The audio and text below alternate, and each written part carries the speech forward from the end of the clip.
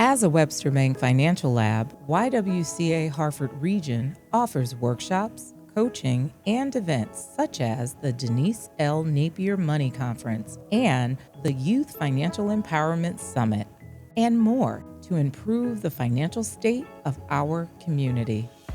Our mission is to help you master financial wellness and build brighter futures.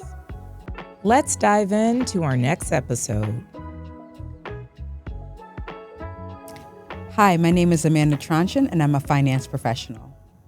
My name is Dalila May, and I'm a professional counselor. Amanda and I, we took both of our areas of expertise to create this holistic approach to financial wellness. I am a professional counselor, and Amanda has an MBA in finance and strategy. So we want to combine both of those things, not one or just the other, so that we can create this financial wellness.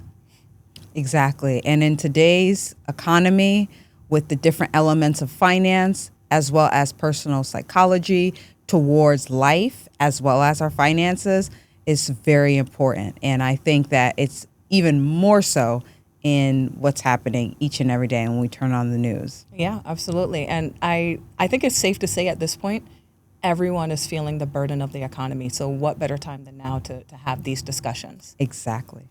So Dalila, when did you first realize your money struggles weren't just about the numbers and it was something deeper? Geez. So I come from a bigger family. I'm one of 4 daughters. I'm daughter number 3 and have my parents as well. So we had a household size of 6. So we had a larger household size. So you want that pudding? Oh, you think you're going to get it later? You better hide it. You're not going to get it later. You better go get that pudding now, right? So I come from a bigger family. So I knew that I kind of had this, I operated from this position of lack because, coming from a bigger family. But I think one of the things that really contributed to my insecure attachment with money was that I went to private school K through 12. And I wasn't necessarily like some of the other kids. Their parents were doctors and lawyers and, and business owners, and their kids were pretty carefree when they went to school. That was not the case for me. And I think the first time I started internalizing some of the money struggles that was going on in the family was when I was about 8 or 9. Wow. And when I think about that, why 8 or 9? So just so that you know why I'm only mentioning my younger sister. My 2 older sisters were in college, were like college age by the time I was in elementary school. They're much older. Right. But me and my younger sister, if I'm, 8 or 9, she's 4 or 5. So she started private school around that time. Wow. So for me, that's when I started internalizing it. And I also realized that money and the stress of talking about money was something that was prevalent in my parents' marriage, where they're going back and forth, like, how are we going to afford this? So when it went from 1 tuition to 2 tuitions, I started internalizing some of the money, the finances of the family. Now, on the positive note, I did everything that I could. I knew that my parents made an investment in me. I knew that my parents had to sacrifice for me. So I just made sure that I did what I had to do. Went on, first person in my family to complete their bachelor's degree, first one in my family to, move on to get that master's degree. But guess what? It didn't change that mindset. And I was like, I don't understand. Like, I did everything I was supposed to do. I went to school, I got into a stable career. Why can't I break this position of lack? Why can't I break this insecure attachment with money? So what I started to realize is that alone was not going to change everything. So I really had to face it and think about, I started worrying about money at 8, 9 years old. The other kids that I went to school with, they were carefree. They got to worry about little kid stuff, not me. Right. So I think once I had that realization, because I had this internal tape, like, I don't want to feel like some little poor thing. I don't want to feel like some little poor thing. And even as an adult, that tape was still playing in my head. Wow. Very interesting perspective. And to hear how something at such a young age stayed with you all the way through, and that psychology was ingrained. in you. And I bet you it's taking you some time to kind of pull back those layers and relearn some of the money mindset that you had, Right. to transform into something new and something improved, which you are today. Well, I mean, one thing that I teach, I'm, like I said, I'm a professional counselor. So in my work, I let folks know that, I teach a lot about like cognitive behavioral psychology. These changes are not going to happen overnight.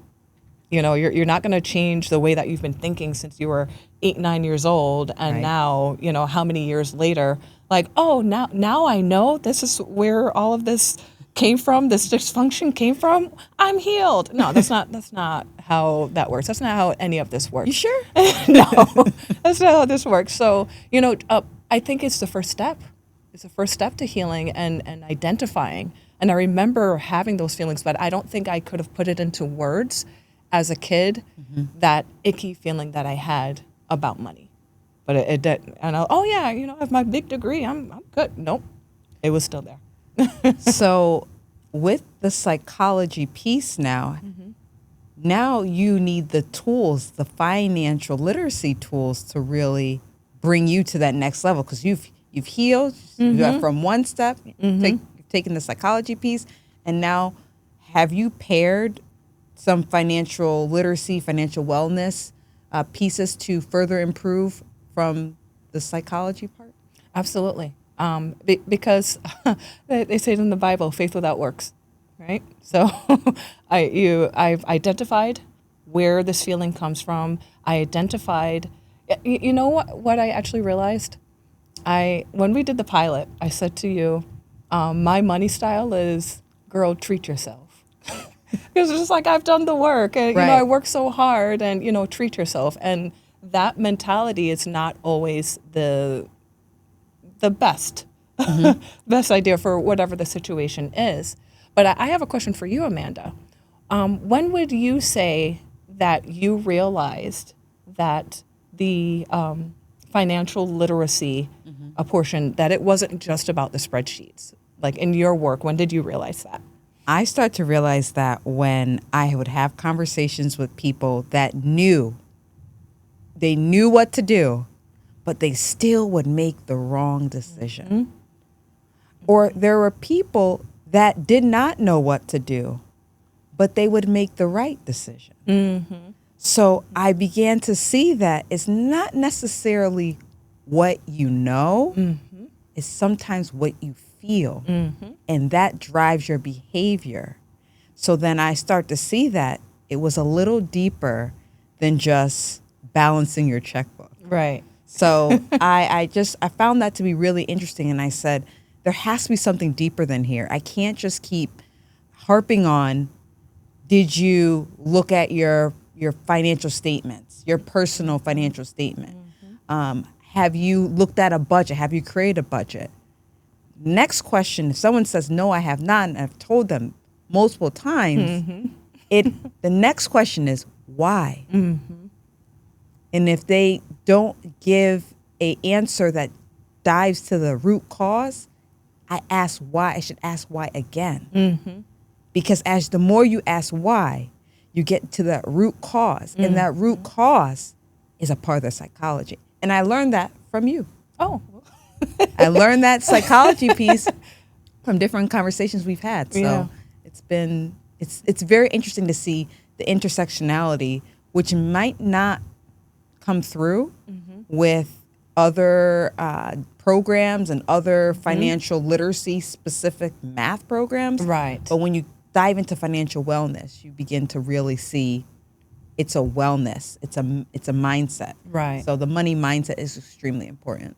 So I'm glad you said that. So I work in a prison, and you have a lot of folks that are in the prison and they have a very dysfunctional relationship with money. So I Right. remember when we launched the pilot, I was facilitating a group called Good Intentions, Bad Choices. So it's like a psychoeducational group, and we're talking about like, why do you keep recidivating? Like, why do you keep doing this dance? You keep reoffending, you're in jail, you're out of jail, you're in jail, you're out of jail. Why do you keep doing this? So then some people were able to identify, like, you know what? I have a substance abuse problem. And when I go back into my community and I'm not doing the work and I didn't get a sponsor, then I fall back into my old behaviors and then I find myself back in jail. Or other people will say, this was the maximum security prison at the time. What I have to try not to do is try not to make up for lost time. I've been incarcerated for 20 years. Wow. So, I have to learn the world and then not try to live this fast life and try to make up for lost time. Exactly. I had Mr. Walker. That's not really his name, but let's just say for argument's sake, we had Mr. Walker. And I said, okay, where are your stumbling blocks? And what do you need to pay attention to, so that you don't, fall into this dance again where you're reoffending. And he's like, Miss May, I'm gonna be straightforward with you. I'm like, oh boy, all right. Here we go. He was like, this is a man with a plan. You're gonna love this one, Amanda. He's like, I'm gonna go back to my street life. I'm gonna make money on the street and do like how I know how to do. And once my savings is up, then I'm gonna take that money, I'm gonna start a business and I'm gonna invest that money. Yeah, the whole group. Like the first quarter of the group, he's like, I'm just gonna keep it straightforward with you, Miss May. That's what I'm gonna do, and then I'm gonna leave that life behind me. No, that's not how that works. So, anyways, we start our pilot, right? Right. And I'm conversing with one of the guys in my group, and people are trickling in. Everybody's conversing amongst each other, and I was like, you know what? This guy really liked programs. I said, I started this pilot program where we talk about the money mindset and we talk about strategy with financial wellness, and he was really interested. So then, as the other participants are coming into the class, they're not conversing amongst each other. Now they're interested, and they're like, oh, what is this program? Miss May, when are you bringing that program here? We need this program too, and so on and so forth. So then Mr. Walker, I said, you know what? I see what you guys are trying to do. We do need to switch gears. I took 5 minutes, but we got to switch gears, getting back into our program. Mr. Walker's like, no, we got to talk about this. This is really good for us to talk about. We got to talk more about this. I said, no, we got to switch gears. But you know what? Mr. Walker, I got something for you. I said, you come in here saying, oh, I'm going to, live that fast life. I'm going to do what I know how to do. And then I'm going to, go cold turkey. And I'm not going to live that fast life anymore once I have a nice little nest egg. And I said, you keep saying that. And I said, the risks that are involved. We talked about it in group. And you still remain the same. Like, that's what I'm going to do. That is my plan. And I said to him, you know what? I figured you out, Mr. Walker. You want to go back to the fast life because you are too afraid to be or do anything else. And that is your money complex. Wow. And everybody was looking at him because people were tired of him in the group, just saying foolishness. Everybody was just like, yeah, tell him, Miss May. And he's in the chair like, yo, like, what just happened here? But you can see the wheels were turning. That was the first time I saw that light bulb go off for Mr. Walker. Right. To be thinking like, yeah, I am afraid. I never put 2 and 2 together. Right. And then when we did the pilot, and I'm asking folks like, hey, I want you to explore, what is your money story? What was the event or circumstance that is shaping how you deal with money, your relationship with money, your money habits? I saw that light turn on for folks too when we did the pilot. Exactly. We had one lady that was saying like, I learned how not to manage money or deal with money and be angry because my dad was angry. I had another lady, you remember her? She was saying, I wouldn't say my childhood shaped my money habits. It was my nasty divorce. Yes, she did. Yes, she did. Remember? So just seeing that light turn on when people are able to verbalize what their money story is. The why. Yes. The why is so important. Yeah. Okay. But, that's exactly why we created this program. Yes. So we create this program really for that emotional wellness and that financial health, bridging that gap. Right. So people can really have a better relationship with money. And for the different things they learn about money, for that actually to stick. Because I feel like when you hear these concepts and you think about, I have to do 1, 2, 3, it's less natural. Sure. But when you can assimilate to it applying to you, it feels like, oh, okay, this is just something I can do because it feels normal, it feels natural, it feels a part of you. I like that because when you bring in the psychology, everybody's psychology is different. I'm sure a lot of the principles, there are certain principles in finance that are, foundational and, through and through. But then when you bring in their personal psychology, it makes it a more individualized plan. So one of the things that I wanted to encourage the ladies, because it was a group of ladies when we did the pilot, I wanted them to ask themselves one question, which was, do I control my money or does my money control me? And I mean that emotionally. Yes. Right? So a lot of folks feel like they're drowning when it comes to their finances, when it comes to budgeting, when it comes to this economy, they feel like they're literally drowning. So the whole point of our program is, first of all, we want you to have a secure relationship or a secure attachment to money. And if you're not in that place where you have a secure attachment to money, right, how do we get there? Because at the end of the day, we want you to feel that autonomy over your finances and over your life. Exactly. And specifically in budgeting, there's different ways of budgeting. And you can do it from a zero-based budget where you're looking to start your budget categories at zero and then you're allocating each month. You can also have a consistent budget throughout the year where you are taking that same amount for food, which, has been fluctuating, has been going up recently. Yes, it has. Gas, which now is a little more stable, right?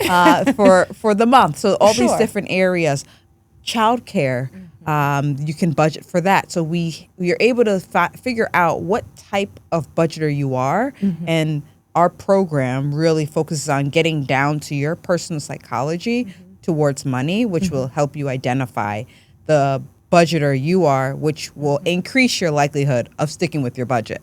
And another thing about the budget is just because your budget is X this month doesn't mean it needs to be the same next month. Right. Things change, and with those changes, we have to be adaptable. So that's something that's really important for everyone to understand. And if you go over your budget, it's not the end of the world. Right. You get to try again next month. Right. Or the next day. Right. So it's really important for others to remember that budgeting is an active activity that takes time and a skill.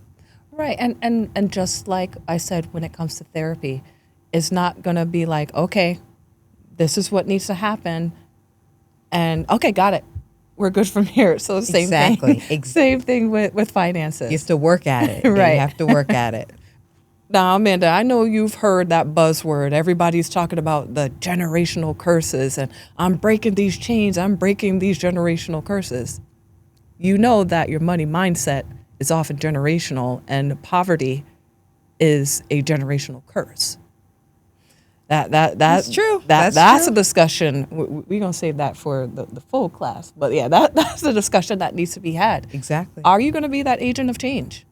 Has poverty been from your mom to your grandma to your great grandma? Is that something that is inflicting your mindset and preventing you from improving your financial wellness? So we want to break those curses, and I hope that the listeners here are willing to be that chosen one that breaks that cycle of poverty. And that goes right into sources of income. Because if you are looking to break some of those chains and that level of poverty, that might require you to maybe have a second, third job, or for you to look at additional education to uplift you to that next level within your current employer, or potentially go to another employer that's going to provide you more opportunity. So there's a lot of different avenues once you say, I'm not going to be held down by generational curses or my neighborhood or my friends. and family, and you begin to kind of step out of your normal. Right. And not only that, you can be so used to debt, and that is your normal, and then of course you have an anxious attachment. Of course you feel stressed about money. Of course you don't even want to talk about it. You don't want to Exactly. even open up your bank online mobile app because it's too stressful. Exactly. Right? So I implore all of you that's listening, be that agent of change. Change your money story, change the lineage. Because I remember when Amanda told me about what her vision for this program, she was telling me, she's like, I want to talk to the parents first. We're going to talk to the parents, get them educated on finances, and then we'll talk about the psychology of money, what is some of their hiccups, and we're going to heal their relationship with money. And then we're going to pull those parents' children and Right. help them to become financially literate at a young age. And if they picked up some of the fears and stress Exactly. related to their parents' financial relationship, Right. let's undo it from the time that they are young. And just, have some good foundation for the children. And as the parents' relationship has changed, they can provide that level of stability to their children. Absolutely. From that psychology perspective. And then the children also have the actual education, the financial Right. literacy component. So they're starting from a stronger perspective. Absolutely. So that is this program that we have, a holistic approach to financial literacy. So I just want to thank you, listeners, for coming in and listening to this podcast. We hope that it encourages you to join us at the YWCA with Pinnacle Strategy Group with Amanda, so that you can understand your money story and also become more financially literate. Thank you for tuning in. Just want to say a special thank you to the YWCA for hosting us and allowing us to talk about this platform, about the holistic approach to financial wellness. They have this beautiful studio, Studio 135. It is a great opportunity to get your message out. So want to thank you from the bottom of our hearts, allowing us to spread our message.